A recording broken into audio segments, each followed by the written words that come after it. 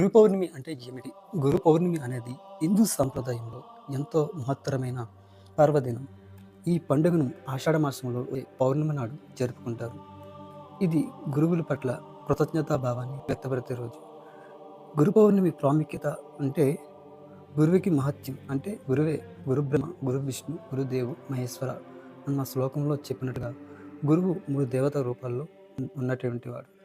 అతని ఆశీర్వాదంతో విద్య, జ్ఞానం, దివ్య దృష్టి లభిస్తాయి. వ్యాధులకు జన్మదినం. ఇదే రోజున మహర్షి వ్యాధివ్యాసుని జన్మదినంగా కూడా భావిస్తారు. వేదాలను, మహాభారతాన్ని, భాగవతాన్ని రచించిన ఆయనను గురువుగా పూజిస్తారు. ఆధ్యాత్మిక దినోత్సవం. శిష్యులు తమ గురువును పూజిస్తూ తల వంచి వారి ఆశీస్సులు పొందే పవిత్ర దినం.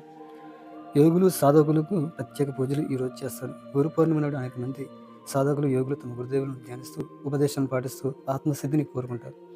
దీన్ని ఎలా జరుపుకుంటారు? గురువుకు పూజ చేయడం, గురుపాదుక పూజ, గురుబోధనను స్మరించడం, ధ్యానం, ఉపవాసం చేయడం, దాన ధర్మాలు. గురు పౌర్ణమి అనేది ఒక వినయం, జ్ఞానాన్ని గుర్తుచేసే పవిత్రమైన రోజు. గురువులు లేకుండా జీవితంలో దారి తెలియదు అన్నది ఈ పర్వదినం యొక్క సందేశం. Thank you for watching. మరొక వీడియోతో కలుద్దాం. Thank you.